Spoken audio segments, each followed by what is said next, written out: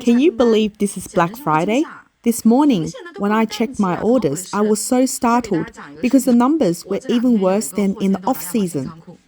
These past couple of days, in all sorts of groups, every seller is talking about how bad orders have dropped this year. What are we supposed to do? It's like our traffic got hijacked, and right now I'm still so confused, not even sure what to say. Maybe it's not about hitting rock bottom, but sinking even lower. We all need to brace ourselves for this year and start thinking about what to do next year.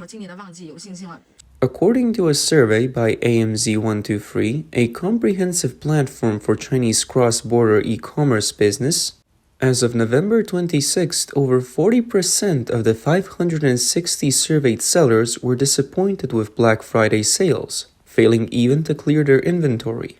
34% of sellers did not participate in the Black Friday event, and only 22% experienced a surge in orders. However, 11% of them reported poor profit performance. A clothing merchant on Amazon, working under the pseudonym Chen Hai, has annual sales exceeding $10 million. He reported a quote, halving of sales during Black Friday.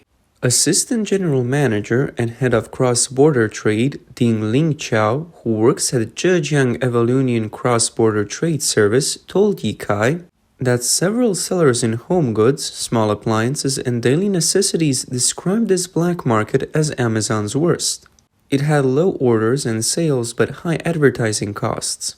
Sellers summarized the last week of Amazon's Black Friday as unremarkable, with no significant increase in orders, whether from November 17th, when notifications began, or from November 20th for members-only specials. Some sellers humorously suggested a quote, spell for operating on Amazon during Black Friday. The purpose is to urge merchants to remain calm and friendly despite the drop in orders. This will also help merchants to become overly stressed. Overall, since Amazon's Black Friday event, the platform's poor traffic performance has left sellers feeling unrewarded for their efforts. In contrast, sales on other US e-commerce platforms not collaborating with China had surged. Observers have pointed out that the questionable product quality of cross-border e-commerce is directly impacting the industry itself. Media investigations on the e-commerce review website Trustpilot revealed over 100,000 reviews for Chinese fast fashion giant Shein, with an average rating of 3.9 out of 5. However, the ratings show a severe polarization. 61% of users gave 4 or 5 stars, while 32% rated it 1 or 2 stars, with few opting for a middle ground. In Shein's 1-star reviews, complaints mostly focus on product quality, logistics, and after-sales service. A netizen commented, quote, I often saw YouTubers recommending Shein's clothes, they seem cheap so I bought a few, but the quality is really poor. Most importantly, the logistics show shipping from Shenzhen, China. No wonder it's so slow. The clothes were so bad that my husband called them junk, and I won't buy again. A disappointing shopping experience. For girls considering Shein, think twice. Another user bluntly stated, quote, bought once, the quality is really bad. Another user commented, quote, the bags look nice, quality is hit or miss, sizes are inconsistent. The same size can vary across different items. On the Chinese social media and e-commerce platform Xiaohongshu, overseas Chinese consumers' complaints about Shein also focus on quality.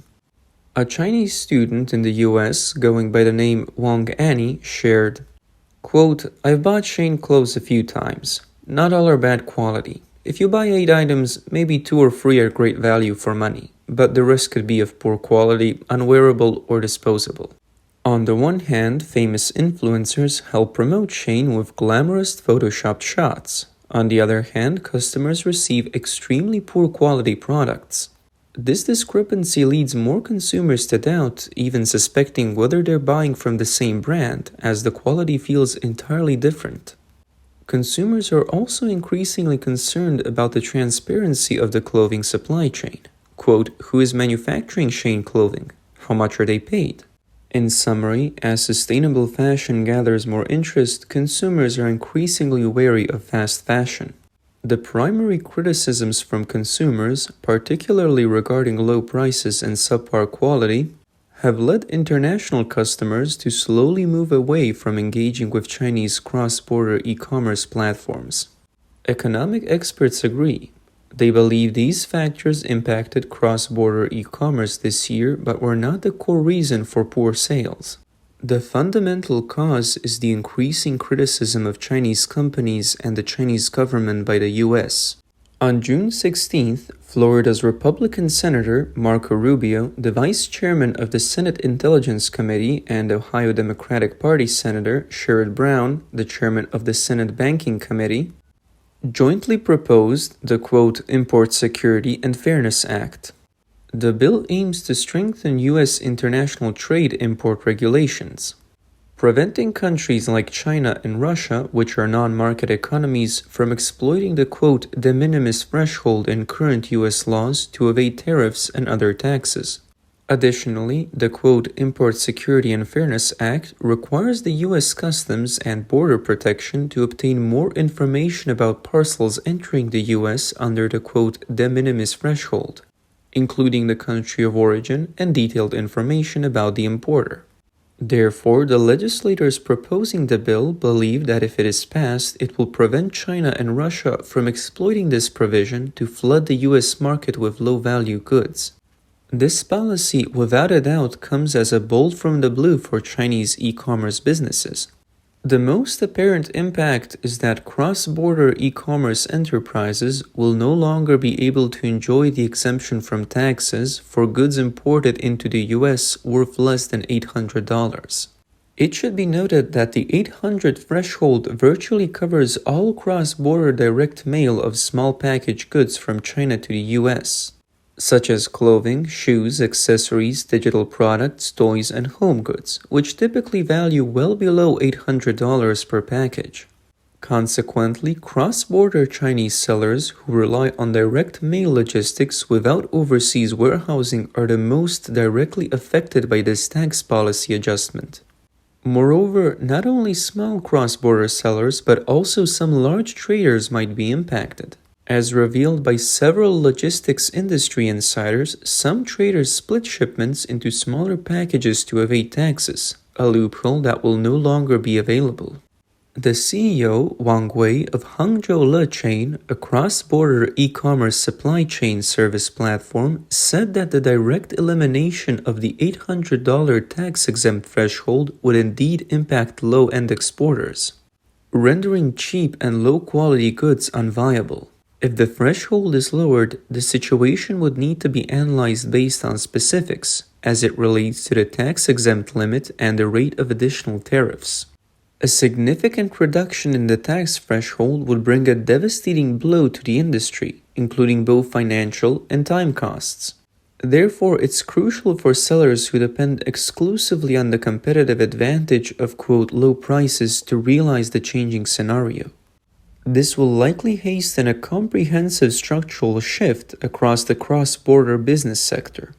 Besides the tariff evasion issue, legislators are also concerned that Chinese brands like Shein, selling cheap clothing, and overseas version of Pinduoduo, Temu, are using the de minimis threshold to circumvent scrutiny of products produced through forced labor by Uyghurs in Xinjiang.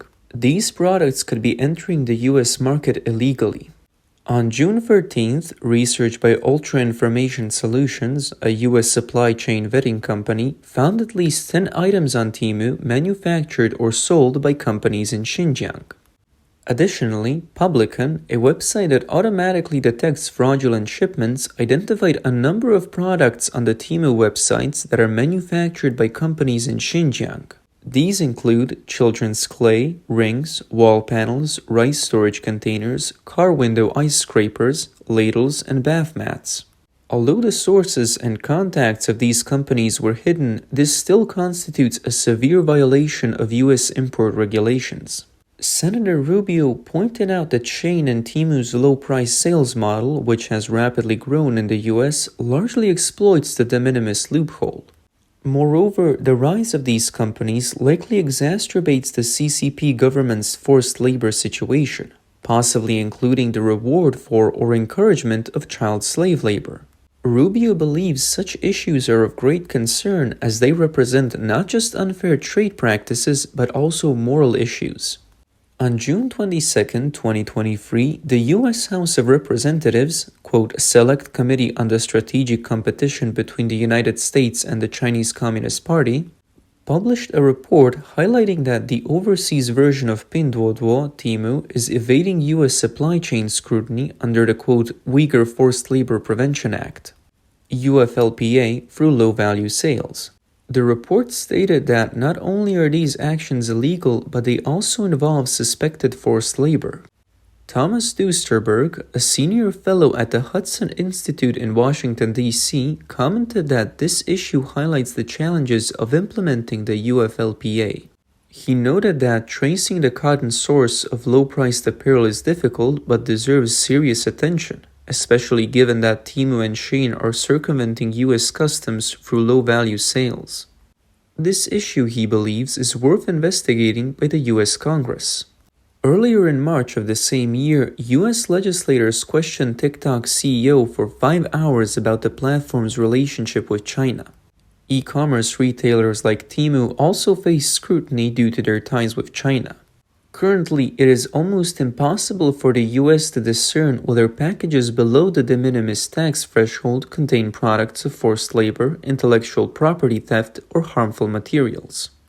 Now, Rubio says it is time to fix this loophole once and for all. In the context of the strategic competition between the United States and China, as well as the intense rivalry among e-commerce platforms, what may seem like distant issues become immediate concerns for sellers. Despite a lack of orders, workers are forced to work hard, especially in the wake of Black Friday. A factory owner supplying multiple cross-border e-commerce platforms revealed that workers are staying up all night to watch over their stores and their earnings for the upcoming new year. A notable example is a cross-border company in Shenzhen that recently became a hot topic due to its mandatory overtime policy. The company's announcement stated that employees are required to work at least 30 hours of overtime each month, with a maximal meal allowance of 20 yuan for working until 2030. If an employee fails to meet the 30-hour overtime quota, they are required to donate 300 yuan to the company. In light of this, a netizen said, quote, previously, news was about having to pay the company to get work, but now it's about paying the company if you work less. The day when we'll have to take loans to work seems not far off. In a related incident, an Amazon e-commerce company operating across borders has mandated its employees to work overtime on the night of Black Friday, November 24th, from midnight until 2 a.m., exclusively at the company's premises. Moreover, employees are required to be on duty early Saturday morning to monitor their stores. During this period, several, quote, brave employees raised concerns to the leadership about safety issues for employees returning home late at night. They also inquired about matters such as reimbursement for taxi fares after late shifts, provisions of snacks for late-night meals, and how overtime pay would be calculated. However, the response from the leadership was apathetic and dismissive. Employees are reportedly in distress over these conditions. Some have even taken to the internet to suggest that if overtime is mandatory, the company should consider the employee's perspective by providing basic necessities. This will show that the company cares and will help to reduce complaints.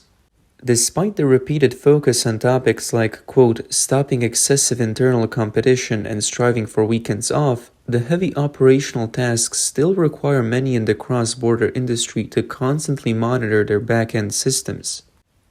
This underscores the long and challenging journey for workers in China towards achieving a universal 2-day weekend.